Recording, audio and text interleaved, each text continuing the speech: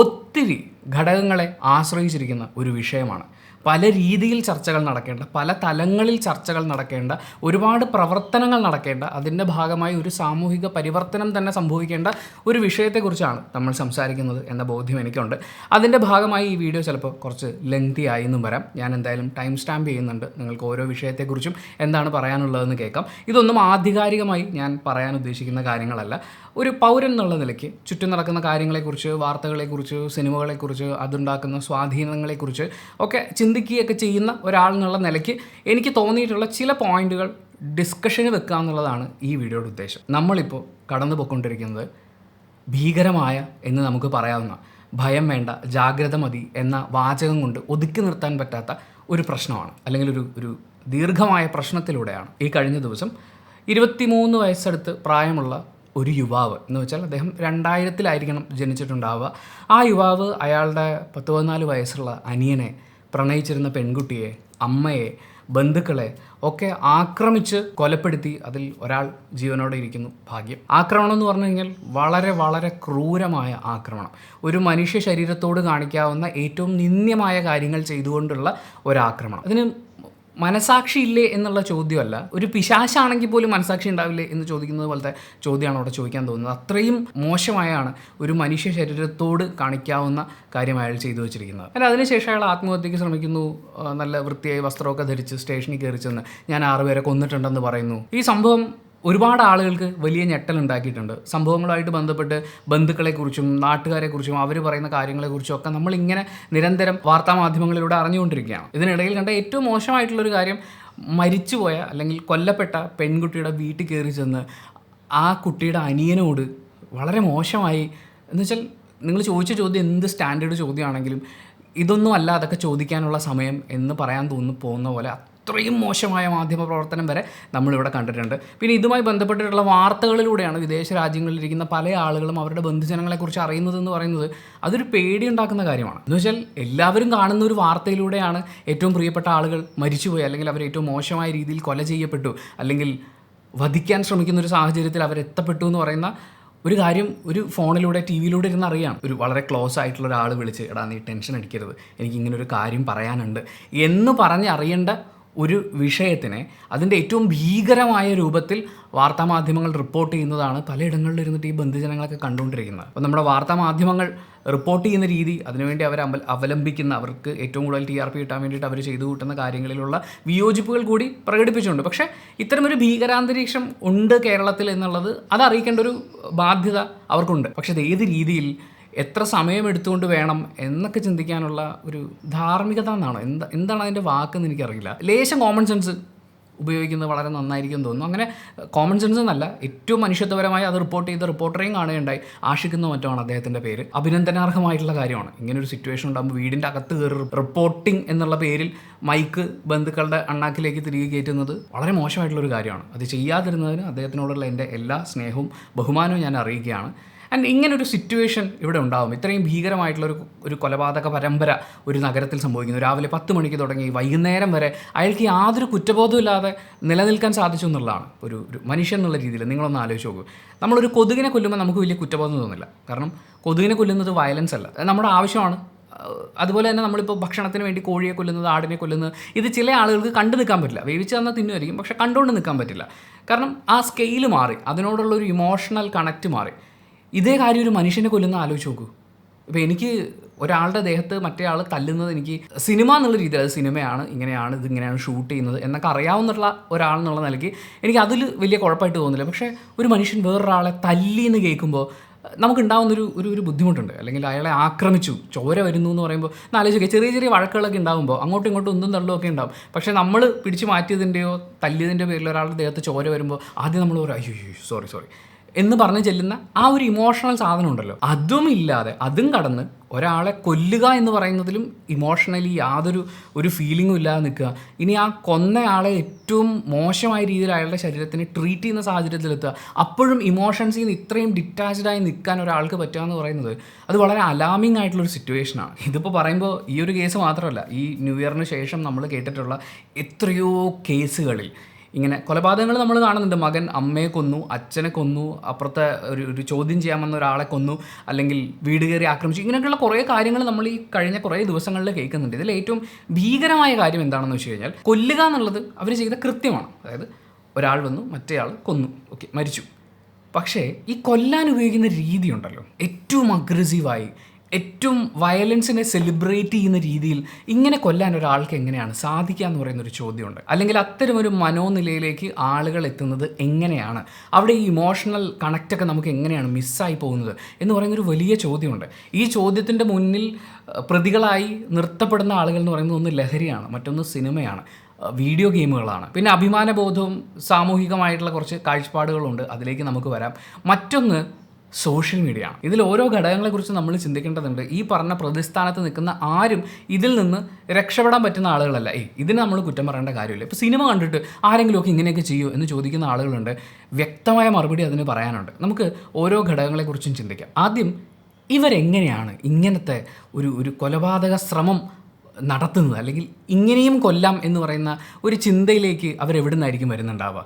നിങ്ങളൊന്ന് ആലോചിച്ച് നോക്കൂ. വീടുകളിൽ ആരെങ്കിലും ഇത് പഠിപ്പിക്കുന്നുണ്ടോ? നമ്മുടെ അച്ഛനും അമ്മയൊക്കെ അങ്ങോട്ടും ഇങ്ങോട്ടും ഒരാളെ കൊല്ലുക എന്ന് പറഞ്ഞു കഴിഞ്ഞാൽ ഇങ്ങനെയാണ് കൊല്ലേണ്ടതെന്ന് പറഞ്ഞ് പഠിപ്പിക്കുന്നുണ്ടോ? ഇല്ല. സ്കൂളുകളിൽ പഠിപ്പിക്കുന്നുണ്ടോ? ഒരാളുടെ ശരീരത്തിലെ ഏറ്റവും പ്രധാനപ്പെട്ട ഭാഗം ഇതാണ്, ഇവിടെ ഇങ്ങനെ ആക്രമിച്ചാൽ ഇയാൾ പെട്ടെന്ന് മരിക്കും, അല്ലെങ്കിൽ ഇങ്ങനെ ചെയ്തു കഴിഞ്ഞാൽ ആ മരിക്കുന്ന ആളെ ഏറ്റവും ക്രൂരമായിട്ടുള്ള ഒരു അനുഭവത്തിലൂടെ കടന്നു പോകുന്നത് നമുക്ക് കണ്ട് ആസ്വദിക്കാൻ പറ്റും. ഇങ്ങനെ ഇന്ന് ഏതെങ്കിലും സ്കൂളുകളിൽ പഠിപ്പിക്കുന്നുണ്ടോ? ഞാൻ സ്കൂളിൽ പഠിക്കുന്ന സമയത്ത് ഞങ്ങളുടെ ക്ലാസ്സിൽ പഠിച്ചുകൊണ്ടിരുന്ന നമ്മുടെ വിദ്യാർത്ഥി സുഹൃത്തുക്കളുണ്ടല്ലോ, അവരുടെ തന്നെ ബന്ധുക്കൾ ഈ പറയുന്ന പോലെ കൂലിത്തല്ലിനും കൊട്ടേഷനും ഒക്കെ പോയിട്ടുള്ള ആളുകളൊക്കെ ഉണ്ട്. പലരോടും നമ്മളിരുന്ന് സംസാരിച്ചിട്ടുണ്ട്. എന്ന് വെച്ചാൽ ഫ്രണ്ട്ലി ടോക്കൊക്കെ ഉണ്ട്. അവിടെ ഒന്നും ഇവരാരും നമുക്ക് പറഞ്ഞു തന്നിട്ടില്ല. അതായത് പ്രൊഫഷണലി കാശ് വാങ്ങി തല്ലാൻ പോകുന്ന ആൾക്കാർ പോലും നമ്മളോട് പറഞ്ഞിട്ടില്ല ഒരാളെ ഇങ്ങനെയാണ് ആക്രമിക്കേണ്ടതെന്ന്. ഒരാൾ പോലും പറഞ്ഞു തന്നിട്ടില്ല. അവർ പറയുന്നത് തല്ലും വഴക്കൊക്കെ എടാ വിട്ട് കളയടാ എന്നാണ്. ഈ എന്താ പറയുക, ഈ ഭ്രാന്ത് പിടിച്ചവന്മാരെന്നൊക്കെ പറയുന്ന പോലത്തെ കുറേ സാധനങ്ങളുണ്ട്. നമ്മളീ പറയുന്ന ലഹരിയൊക്കെ അടിച്ച് കയറ്റി അല്ലെങ്കിൽ എന്തെങ്കിലും ഒരു ഷോ ഓഫിന് വേണ്ടിയിട്ടൊക്കെ കാണിച്ചു കൂട്ടുന്ന അവന്മാരൊക്കെ ഈ പറഞ്ഞുകൊണ്ട് നടക്കുമായിരിക്കും. പക്ഷേ പ്രൊഫഷണലി പൈസ വാങ്ങി ചെയ്തുകൊണ്ടിരുന്ന ഒരാൾ നമുക്കിതൊന്നും പറഞ്ഞു തന്നിട്ടില്ല, ഒഴിഞ്ഞു മാറാനേ പറഞ്ഞിട്ടുള്ളൂ. പക്ഷേ ഇപ്പോൾ സംഭവിക്കുന്നത് എന്താണ്? ഈ കൊലപാതകങ്ങളൊക്കെ വളരെ വളരെ ക്രൂരമായിട്ടുള്ള, അല്ലെങ്കിൽ വളരെ ആസൂത്രിതമായിട്ടുള്ള, ഒരുപാട് എൻജോയ് ചെയ്ത് ഇവർ ചെയ്യുന്നു എന്ന് നമുക്ക് ഫീൽ ചെയ്യുന്ന കാര്യങ്ങളാണ്. ഈ കഴിഞ്ഞ ന്യൂ ഇയറിന് 14-15 വയസ്സുള്ള 2 പിള്ളേർ അവർ ലഹരി ഉപയോഗിക്കുകയായിരുന്നു. അത് ചോദ്യം ചെയ്ത ആളെ അവർ കൊന്നു എന്ന് പറയുന്നത് ഒറ്റ കുത്തിന് ഒരാൾ തിരിച്ചൊന്ന് പ്രതികരിക്കാൻ പോലും ആവാത്ത രീതിയിൽ മരിച്ചു പോകും. അതെവിടെ കുത്തണമെന്ന് എനിക്കറിയാം, എങ്ങനെ കുത്തണം എന്നെനിക്കറിയാം. ഇതെനിക്ക് പഠിപ്പിച്ചു തന്നത് ഒരു സിനിമയാണ്. ജയസൂര്യ നായകനായിട്ടുള്ള ഒരു സിനിമയുടെ തുടക്കത്തിൽ തന്നെ അവരൊരു കോൺവെർസേഷൻ ഉണ്ട്. അപ്പോൾ ആ കോൺവെർസേഷൻ്റെ ഇടയിൽ ഒരു ഗുണ്ട വന്ന് മറ്റേ ആളുടെ നെഞ്ചിലൊരൊറ്റ കുത്താണ്, ഒരു പ്രോപ്പർ പൊസിഷനിൽ ഒരൊറ്റ കുത്ത്, ഒരു പെൻസിലോ പേനയോ അങ്ങനെ എന്തോ ആണ് ഉപയോഗിച്ചിട്ടുള്ളത്. അയാൾ തിരിച്ച് പ്രതികരിക്കുക പോലും ചെയ്യാതെ സ്പോട്ട് ഡെഡ് ആവുകയാണ്. അപ്പോൾ പോലീസുകാരൊക്കെ വന്നിട്ട് പറയുകയാണ് ഇങ്ങനെ കുത്തിക്കഴിഞ്ഞാൽ ആൾ മരിക്കും, അപ്പോൾ ഇങ്ങനെ കൊല്ലുന്ന ഒരാൾ ഒരു ടീം ഇവിടെ ഉണ്ട് എന്ന് പറഞ്ഞിട്ട് ഇവർ ഡിസ്കസ് ചെയ്തുകൊണ്ടിരിക്കുകയാണ്. എനിക്കിത് വേറെ ആരും പറഞ്ഞു തന്നിട്ടില്ല. നമുക്ക് പരിചയമുള്ള ഗുണ്ടകളോ പോലീസുകാരോ ആരും നമുക്ക് പറഞ്ഞു തന്നിട്ടില്ല. എനിക്കത് പഠിപ്പിച്ചു തന്ന ഒരു സിനിമയാണ്. ഈ കുട്ടികൾക്ക് ആരാണ് ഇത് പഠിപ്പിച്ചു കൊടുത്തിട്ടുണ്ടാവുക? അല്ലെങ്കിൽ അവരെ പഠിപ്പിച്ചു കൊടുത്ത ആൾക്ക് ഈ ഇൻഫർമേഷൻ എവിടെ നിന്നാണ് കിട്ടിയിട്ടുണ്ടാവുക? അല്ലെങ്കിൽ ഇങ്ങനെ ഒരാളെ കൊല്ലാൻ പറ്റുന്നത്, അയാളെ അവസാനിപ്പിക്കാൻ പറ്റുന്നത് ഒരു മാസ് പരിപാടിയാണ് എന്ന് ഈ കുട്ടികൾക്ക് ആരാണ് ഇത് പഠിപ്പിച്ചു കൊടുത്തിട്ടുണ്ടാവുക? ഇതിൻ്റെ വളരെ അലങ്കരിച്ചുള്ളൊരു രൂപം ദുൽഖർ സൽമാൻ നായകനായ കൊത്ത എന്ന് പറയുന്ന സിനിമയിൽ, കിങ് ഓഫ് കൊത്ത എന്ന് പറയുന്ന സിനിമയിൽ നമുക്ക് കാണാനുണ്ട്. ഹാർട്ട് സർജറി എന്നൊക്കെ പറഞ്ഞ് ഭയങ്കര ആഘോഷമായിട്ട് ഇതിങ്ങനെ കാണിച്ചുകൊണ്ടിരിക്കുകയാണ്. കുറച്ച് നാളുകൾക്ക് മുമ്പ് ഞാൻ സിമിലർ ഒരു വിഷയത്തിൽ ഒരു വീഡിയോ ഷൂട്ട് ചെയ്തിട്ടുണ്ടായിരുന്നു. അതിന് കാരണമായത് എന്താണെന്ന് വെച്ചാൽ, മലയാളത്തിൽ ഒരു പ്രമുഖ മാധ്യമ സ്ഥാപനം അവരുടെ ന്യൂസ് റിപ്പോർട്ടിൻ്റെ ഇടയിൽ ഒരു സ്റ്റോറി ആയിട്ട് കൊടുക്കുകയാണ്. ഈ സിനിമയിലെ വയലൻസ് ആളുകൾക്കിടയിൽ വയലൻസിന് കാരണമാവുന്നുണ്ടോ എന്ന് ചോദിച്ചിട്ടുള്ളൊരു സ്റ്റോറിയാണ്. ഇതിനവർ കാരണമായിട്ട് പറയുന്നത് ആ സമയത്ത് റിലീസായ ഇന്ത്യയിലെ ഏറ്റവും വയലൻറ്റ് മൂവി എന്ന് പറഞ്ഞ് മാർക്കറ്റ് ചെയ്യപ്പെട്ടിട്ടുള്ള സിനിമയുടെ പേര് ഒരു 10-20 പ്രാവശ്യം ആവർത്തിച്ച് പറഞ്ഞുകൊണ്ട് അവരുടെ പോസ്റ്ററും സീക്വൻസും ട്രെയിലറും ഒക്കെ കാണിച്ചുകൊണ്ട് ഇവരിത് റിപ്പോർട്ട് ചെയ്തിരിക്കുകയാണ്. അതായത് സിനിമയിലെ വയലൻസ് കുട്ടികളെയൊക്കെ വളരെ വയലൻ്റ് ആക്കുന്നുണ്ടോ എന്ന്. ഈ പെർട്ടിക്കുലർ സിനിമ എന്ന് പറയുന്നത് 18+ ആയിട്ടുള്ളൊരു സിനിമയാണ്. നമ്മുടെ നാട്ടിൽ ഈ അത്രയും വയലൻ്റ് ആയിട്ടുള്ള സംഭവങ്ങളൊക്കെ കാണിക്കുന്നത് 18 വയസ്സിൽ മുകളിലുള്ളവർക്ക് കാണാമെന്ന് പറയുന്നത് തന്നെ ഒരു അബദ്ധമാണെന്നേ ഞാൻ പറയുള്ളൂ. പ്രീഫ്രോണ്ടൽ കോർട്ടക്സ് എന്ന് പറയും. നമ്മൾ ചെയ്യുന്ന പ്രവർത്തികൾ അത് വിവേകത്തോടെയാണോ ചെയ്യുന്നത്, അതിൻ്റെ വരും വരായികകളെയൊക്കെ കൃത്യമായി അനലൈസ് ചെയ്തിട്ടാണോ ചെയ്യുന്നതെന്നൊക്കെ തീരുമാനിക്കുന്ന ഒരു തലച്ചോറിൻ്റെ ഭാഗമാണ്. അതൊരു പൂർണ്ണ വികാസത്തിലേക്ക് എത്തുന്നത് 26 വയസ്സൊക്കെ ആവുന്ന സമയത്താണെന്നാണ് എനിക്കറിയുന്നത്. അപ്പോൾ അതിൻ്റെ ഒരു വികാസത്തിലേക്ക് എത്തിയിട്ടില്ലാത്ത സ്റ്റൈലൈസ്ഡായി കാണിക്കുന്നതിനോടൊക്കെ ഒരു ഭ്രമം തോന്നുന്ന, അനുകരിക്കാൻ തോന്നുന്ന ആളുകൾക്കിടയിലേക്ക് ഇത്തരം സിനിമകൾ എത്തിക്കുകയാണ്. ഇനി 18 വയസ്സിന് മുകളിൽ പ്രായമുള്ള ആളുകൾക്ക് മാത്രം കാണാൻ എന്ന് പറഞ്ഞ് സെൻസർ ബോർഡ് സെൻസർ ചെയ്ത് വിട്ടിട്ടുള്ളൊരു സിനിമയാണ്. നമ്മുടെ വീട്ടിലെ ടി വിയിലെ ന്യൂസ് ചാനലുകളൊന്നും ഈ പറയുന്ന സെൻസർഷിപ്പിന് വിധേയമൊന്നുമില്ല. രാത്രി 10 മണിക്ക് ശേഷം വരുന്ന വാർത്തകൾ അതും കുട്ടികളൊക്കെ ഇരുന്ന് കാണുന്നുണ്ട്, അത് പോട്ടെ. പക്ഷേ ഒരു പ്രൈം ടൈമിൽ ഈ വാർത്ത പൊയ്ക്കൊണ്ടിരിക്കുകയാണ്. ഇന്ത്യയിലെ ഏറ്റവും വയലന്റ് മൂവി ഇതാണ്, ഇതിനകത്ത് ഇങ്ങനെയൊക്കെ സ്റ്റൈലൈസ്ഡ് ആയിട്ട് കാണിക്കുന്നു, ഇതിങ്ങനെ കാണിച്ചുകൊണ്ടിരിക്കുക. എന്നിട്ട് ഇവർ അഭിപ്രായം ചോദിക്കാൻ പോകുന്ന ആരുടെ അടുത്താണെന്നറിയോ? ആ സിനിമയുടെ തന്നെ അണിയറ പ്രവർത്തകരുടെ അടുത്താണ്. അതിൻ്റെ പ്രൊഡ്യൂസർ പറയുന്നത് ഇതൊരു കുടുംബ വയലൻസ് സിനിമയാണെന്ന്. അങ്ങനെ ഒരു പ്രയോഗം ഒരു മുഖ്യധാരാ മാധ്യമത്തിൽ കൊടുക്കാൻ ഇത്തരം സിനിമകൾ ഉണ്ടാക്കുന്നവർക്ക് എന്ത് അവകാശമാണ്, അല്ലെങ്കിൽ അതിനെങ്ങനെയാണ് ന്യായീകരിക്കാൻ നമുക്ക് പറ്റുക? അതിനുശേഷം അവരതിൻ്റെ മേക്കിംഗ് വീഡിയോ ഒക്കെ പുറത്ത് വിട്ടിട്ടുണ്ടായിരുന്നു. പക്ഷെ അത് എത്ര പേര് കാണുന്നുണ്ടാവും? ഈ സിനിമ കണ്ട എല്ലാവരും ഇത് സിനിമയാണല്ലേ, സിനിമ മാത്രമായിട്ട് കണ്ടാൽ മതി എന്ന് വിചാരിച്ച് മേക്കിംഗ് വീഡിയോ കണ്ടൊന്ന് റിയലൈസ് ചെയ്തേക്കാം എന്ന് വിചാരിച്ച് അത് പോയി കാണാനൊന്നും പോകുന്നില്ല. അതൊക്കെ അവരുടെ ഒരു മാർക്കറ്റിംഗ് സ്ട്രാറ്റജിയാണ്. എൻഡ് ഓഫ് ദി ഡേ സംഭവിക്കുന്നത് ഈ സിനിമയിലെ ഏറ്റവും വയലൻ്റ് ആയിട്ടുള്ള രംഗങ്ങൾ ഞാൻ ഇതുവരെ കണ്ടിട്ടില്ല, കാണാൻ ഉദ്ദേശിക്കുന്നുമില്ല. നമ്മൾ ഏറ്റവും അധികം പരിഗണന കൊടുക്കുന്ന ആൾക്കാരിൽ പെടുന്ന ഒരാളാണ് ഗർഭിണികൾ എന്ന് പറയുന്നത്. അത്തരമൊരു ഗർഭിണിയെ ഏറ്റവും ക്രൂരമായ രീതിയിൽ ആക്രമിക്കുന്നത് വിഷ്വലൈസ് ചെയ്യാൻ പറ്റുന്നു എന്ന് പറയുന്നത്, ഗ്രാഫിക്കലി അത് കാണിക്കാൻ പറ്റുന്നു എന്ന് പറയുന്നത് എന്നെ സംബന്ധിച്ചൊരു വലിയ അപരാധമാണ്. കൊച്ചുകുട്ടികൾ, നമ്മളിപ്പോൾ നടന്നു പോണ വഴിക്ക് ഒരു കുഞ്ഞിൻ്റെ ദേഹത്തൊന്ന് തട്ടിക്കഴിഞ്ഞാൽ നമ്മൾ അപ്പം തന്നെ അയ്യോ മോനെ എന്തെങ്കിലും പറ്റുമോ എന്ന് ചോദിക്കും. അങ്ങനെയുള്ള കുഞ്ഞിനെ ആക്രമിക്കുന്നത് വിഷ്വലൈസ് ചെയ്യാൻ നിങ്ങൾക്ക് പറ്റുന്നുണ്ടെങ്കിൽ, നിങ്ങൾക്കത് ഇമാജിൻ ചെയ്യാനും അതിനെ സ്റ്റൈലായിട്ട് അവതരിപ്പിക്കാനും പറ്റുന്നുണ്ടെങ്കിൽ, അതിനെ ഒരു ഉളുപ്പുമില്ലാതെ മാർക്കറ്റ് ചെയ്യാൻ പറ്റുന്നുണ്ടെങ്കിൽ, നാട്ടിൽ നടക്കുന്ന വയലൻസിനെ കുറിച്ചൊന്നും നിങ്ങൾക്ക് പറയാൻ അർഹതയില്ലാതായിപ്പോൾ. ഇനി ഇത്തരം രംഗങ്ങളൊക്കെയുള്ള ഒരു സിനിമയെ കുടുംബത്തിന് വേണ്ടി എന്നൊക്കെ പറഞ്ഞ് ആ രീതിയിലൊക്കെ മാർക്കറ്റ് ചെയ്യാൻ സാധിക്കുന്നത് എങ്ങനെയാണ്? ഏത് കുടുംബമാണ് ഈ സീക്വൻസുകൾ കാണേണ്ടത്? ഇപ്പോൾ തിരുവനന്തപുരത്ത് സ്വന്തം കുടുംബാംഗങ്ങളെ, സ്വന്തം അനിയനെ പോലും 20 പ്രാവശ്യമൊക്കെ ഒരാളുടെ മുഖത്ത് ചുറ്റിക വെച്ചടിക്കാൻ എങ്ങനെയാണ് ഒരാൾക്ക് സാധിക്കുക? നമ്മൾ ഈ പഴയ ഇങ്ങനത്തെ കേരളത്തിൽ നടന്നിട്ടുള്ള കുറ്റകൃത്യങ്ങളെക്കുറിച്ചൊക്കെയുള്ള പല എഴുത്തുകളിലൂടെയൊക്കെ കടന്നു പോകുന്ന സമയത്ത് പല തരത്തിലുള്ള സൈക്കോകളെ നമ്മൾ കണ്ടിട്ടുണ്ട്, പല രീതിയിൽ ആക്രമിക്കുന്നത് നമ്മൾ കണ്ടിട്ടുണ്ട്. പക്ഷേ ഈ ചോരയും എല്ലും ഇറച്ചിയൊക്കെ ഇങ്ങനെ സ്ക്വീസ് ചെയ്യുന്നത് പോലത്തെ ശബ്ദവും ഇതെങ്ങനെയാണ് നിങ്ങൾക്ക് ഇമാജിൻ ചെയ്യാൻ പറ്റുന്നത്? എങ്ങനെയാണ് നിങ്ങൾക്ക് ഇത് അവതരിപ്പിക്കാൻ പറ്റുന്നത്? അത്തരം കാഴ്ചകൾ കണ്ടിന്യൂസ്ലി കാണുന്ന, അതിലെ സ്റ്റൈലൈസ്ഡ് എലമെൻറ്റിനെ ആഗിരണം ചെയ്യാൻ പാകത്തിന് ബ്രെയിൻ തുറന്നു വെച്ചിരിക്കുന്ന കുറേ ആൾക്കാരുടെ ഇടയിലേക്കാണ് നിങ്ങൾ ഈ സിനിമ മാർക്കറ്റ് ചെയ്യുന്നത്. നമ്മുടെ ഒക്കെ ഉള്ളിൽ ഒരു ഹണ്ടർ ഇൻസ്റ്റിങ്ക്റ്റ് കിടപ്പുണ്ട് എവിടെയൊക്കെയോ. നമ്മുടെയൊക്കെ പൂർവികരിൽ നിന്നൊക്കെ കിട്ടിയിട്ടുള്ളതായിരിക്കും. ഈ ചേസിങ് സീക്വൻസുകളൊക്കെ കാണുമ്പോൾ നമുക്ക് അതിനോടൊരു അട്രാക്ഷൻ തോന്നുന്നില്ലേ? ഒന്ന് ഇരയായും മറ്റൊന്ന് വേട്ടക്കാരനായും ആ ചേസ് നടക്കുന്ന സമയത്ത് അത് ഭയങ്കര ഇൻട്രസ്റ്റിംഗ് ആയിട്ട് നമുക്ക് ഫീൽ ചെയ്യും. ഈ കൊച്ചു കുട്ടികളുടെ അടുത്ത് നിന്നൊക്കെ എന്തെങ്കിലും വാങ്ങിച്ചിട്ട് നമ്മൾ ഓടിക്കഴിഞ്ഞ് ഇവർ പുറകെ ഓടും. അത് ഈ പറയുന്ന ചേസ് ചെയ്യാനുള്ള ഒരു ഇൻസ്റ്റിങ്ക്റ്റ് നമ്മുടെ ഉള്ളിൽ കിടക്കുന്നതുകൊണ്ടാണ്. നമ്മുടെയൊക്കെ ജീനിൽ ഒരു സമൂഹ ജീവിയായി നമ്മൾ പരിണമിച്ചതിൻ്റെ ഭാഗമായി നമ്മൾ അടക്കി ഒതുക്കി വെച്ചിട്ടുള്ള ഇത്തരം ചില കാര്യങ്ങളെ എങ്ങനെ കൺട്രോൾ ചെയ്യണം എന്നൊന്നും തീരുമാനിക്കാൻ തക്ക രീതിയിൽ പ്രാപ്തരായിട്ടില്ലാത്ത ആളുകൾക്കിടയിലേക്ക് ഇത്തരം രംഗങ്ങളെ കോൺസ്റ്റൻ്റ്ലി കാണിച്ചുകൊണ്ടിരിക്കുമ്പോൾ ഇതിനോടുള്ള ഒരു ഇമോഷനില്ലേ, നേരത്തെ ഞാൻ പറഞ്ഞില്ലേ, കൊതുകിനെ കൊല്ലുമ്പോൾ നമുക്ക് പ്രശ്നമൊന്നുമില്ല.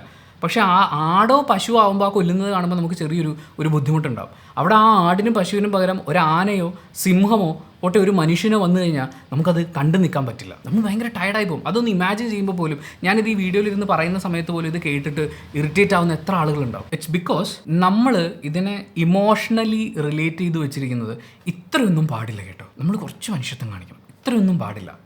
പക്ഷേ കൺസിസ്റ്റൻ്റായി ഇതിങ്ങനെ ആവർത്തിച്ച് കാണുമ്പോൾ ഇത് കണ്ട് ഇതിനോടുള്ള ഒരു ഇമോഷണൽ പ്രശ്നം അതൊക്കെ നമുക്ക് മാറിപ്പോവും. നമ്മൾ സോഷ്യലി കൺസ്ട്രക്ട് ചെയ്ത് വെച്ചിരിക്കുന്ന കുറേ ലിമിറ്റ്സ് ഉണ്ട്, നമ്മൾ ഇതിനപ്പുറം പോകരുത് എന്നുള്ളത്.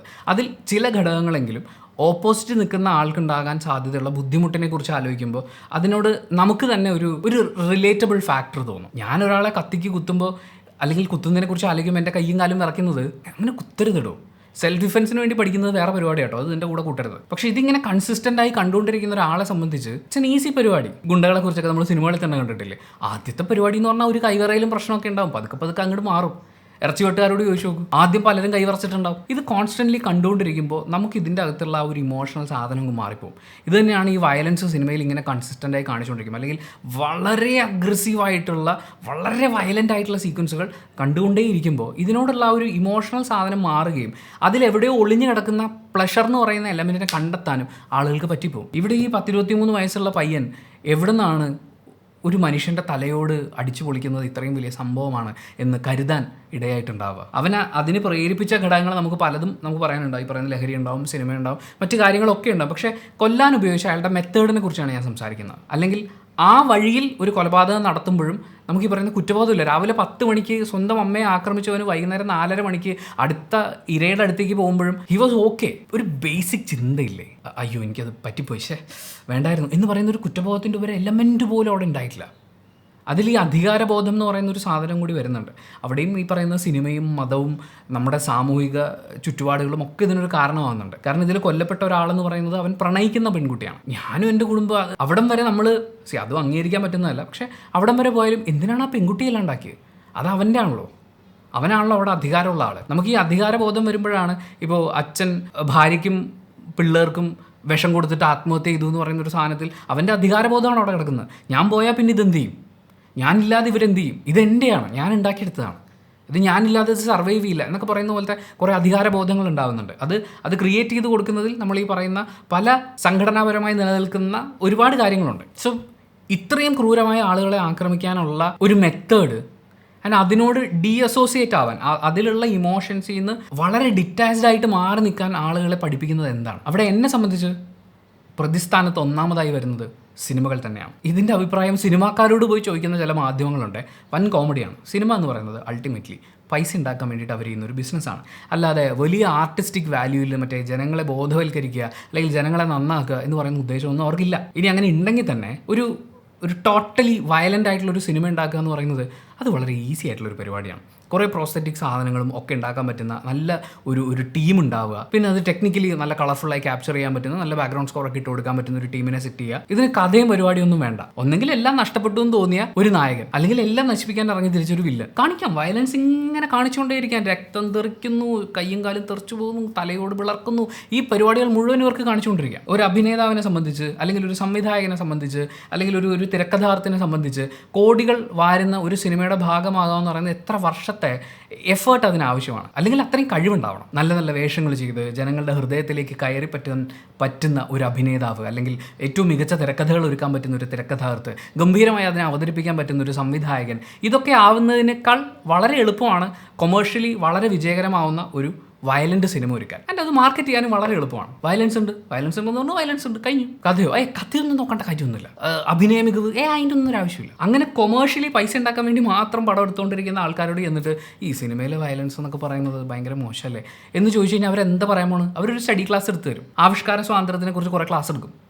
ഇതിനപ്പുറം അവിടെ ഒന്നും സംഭവിക്കാനില്ല. കുറ്റം ചെയ്യുന്ന മെത്തേഡിനെ കുറിച്ച് പറഞ്ഞപ്പോൾ മാത്രമാണ് നമുക്ക് ഇത്രയും പറയേണ്ടി വന്നത്. ഇനി ഇതിന് പ്രേരിപ്പിച്ചു എന്ന് നമ്മൾ കരുതപ്പെടുന്ന, അല്ലെങ്കിൽ ഇതിൽ പല കേസുകളിലും കോമൺ ആയി വന്നിട്ടുള്ള, ഞാൻ ഈ ഒറ്റ കേസല്ല എടുക്കുന്നത്, ഇതിനു മുമ്പ് വന്നിട്ടുള്ള പല കേസുകളിലും കോമൺ ആയി വന്നിട്ടുള്ള ചില കാര്യങ്ങളാണ്. അതിൽ ഏറ്റവും പ്രധാനപ്പെട്ട ഒന്ന് ലഹരിയുടെ ഉപയോഗമാണ്.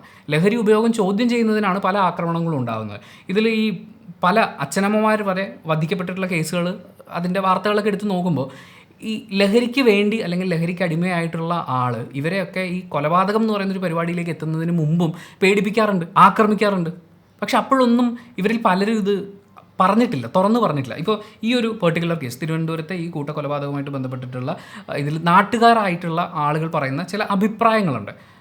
നല്ലൊരു കുടുംബമായിരുന്നു, സൈലൻ്റ് ആയിരുന്നു, വേറെ പ്രശ്നങ്ങളൊന്നും പരാതിയൊന്നും നമ്മൾ പറഞ്ഞു കേട്ടിട്ടില്ല, വേറെ കൂട്ടുകൂടിയൊന്നും നടക്കുന്നത് നമ്മൾ കണ്ടിട്ടില്ല, കൂട്ടുകൂടി നടക്കുന്നതൊക്കെ എന്തോ അപരാധമായിട്ടാണ് ഇവർ ഈ പറഞ്ഞുകൊണ്ടിരിക്കുന്നത്. അപ്പോൾ ഇങ്ങനെ ഒന്നും കണ്ടിട്ടില്ലാതെ വളരെ സൈലൻ്റായി മിണ്ടാതെ ഒരു ബന്ധവും സ്വന്തമില്ലാതെ നടക്കുന്ന ഒരു പയ്യനെ കണ്ട് അവൻ പാവമായിരുന്നു അല്ലെങ്കിൽ പാവമായിരിക്കും എന്ന് പറയുന്ന ഒരു സാധനമാണ് ഇവരൊക്കെ എടുത്ത് മുന്നോട്ട് വെക്കുന്നത്. ഒത്തിരി കൂട്ടുകാരുമായിട്ട് അതിൻ്റെ ഒരു നേരം കാലം സമയം പരിപാടികളൊന്നും നോക്കാതെ വളരെ ഹാപ്പി ആയിട്ട് ഒത്തിരി കാര്യങ്ങളിൽ ആക്റ്റീവായി ഇടപെട്ടുകൊണ്ടിരിക്കുന്ന ഒരു യുവാവിന് അപ്പോൾ എന്തെങ്കിലും കുഴപ്പമുണ്ടോ? ഒരുപാട് പെൺ സുഹൃത്തുക്കളുള്ള ഒരു യുവാവായിരുന്നെങ്കിൽ അയാൾക്ക് എന്തെങ്കിലും കുഴപ്പമുണ്ടോ? അവരുടെ വീട്ടിൽ നിന്ന് ഇടയ്ക്കിടയ്ക്ക് ഒച്ചപ്പാടും ബഹളമൊക്കെ കേൾക്കാറുണ്ട്. പക്ഷേ അവരതിനെക്കുറിച്ച് സംസാരിക്കുന്നത് കേട്ടിട്ടുണ്ട്. ചില സമയത്ത് അവർ ആഘോഷിക്കുന്നതായിരിക്കും, പിന്നെ ചിലപ്പോൾ വഴക്കുണ്ടാക്കുന്നുണ്ട്. ഒരു വീടും കുടുംബമൊക്കെ ആകുമ്പോൾ അങ്ങനെയൊക്കെ ഉണ്ടാവുമല്ലോ. പിന്നെ നമ്മൾ ആരെങ്കിലും ഇടപെടേണ്ട ആവശ്യമുണ്ടെന്ന് അവർ പറയുകയാണെങ്കിൽ നമ്മൾ ഇടപെട്ടേനെ. പക്ഷേ അതിന് മാത്രമുള്ള പ്രശ്നങ്ങളൊന്നും കേട്ടിട്ടില്ല. അല്ലെങ്കിൽ അങ്ങനെയുള്ള കാര്യങ്ങളിൽ ഞങ്ങൾ ജനപ്രതിനിധിയോടൊക്കെ സംസാരിച്ചിട്ടുണ്ട്. ഇങ്ങനെയൊക്കെയുള്ള ഒരു വീടൊക്കെ ആവുമ്പോൾ അതിനായിട്ടുള്ള കുറേ ഒരു കമ്മ്യൂണിക്കേഷൻ്റെ പരിപാടികളൊക്കെ ഉണ്ടാവില്ല. വളരെ സൈലൻ്റായി ഇരിക്കുന്ന ഒരു സ്ഥലം എന്ന് പറഞ്ഞാൽ നമുക്ക് എന്തോ ഒരു കുഴപ്പമില്ലാത്ത സ്ഥലം പോലെ. അവരൊക്കെ എന്തുകൊണ്ടാണ് സൈലൻ്റായി പോയിട്ടുണ്ടാവുക എന്ന് പറയുന്നൊരു ചോദ്യം ഉണ്ടല്ലോ. ലഹരിയുടെ ഉപയോഗം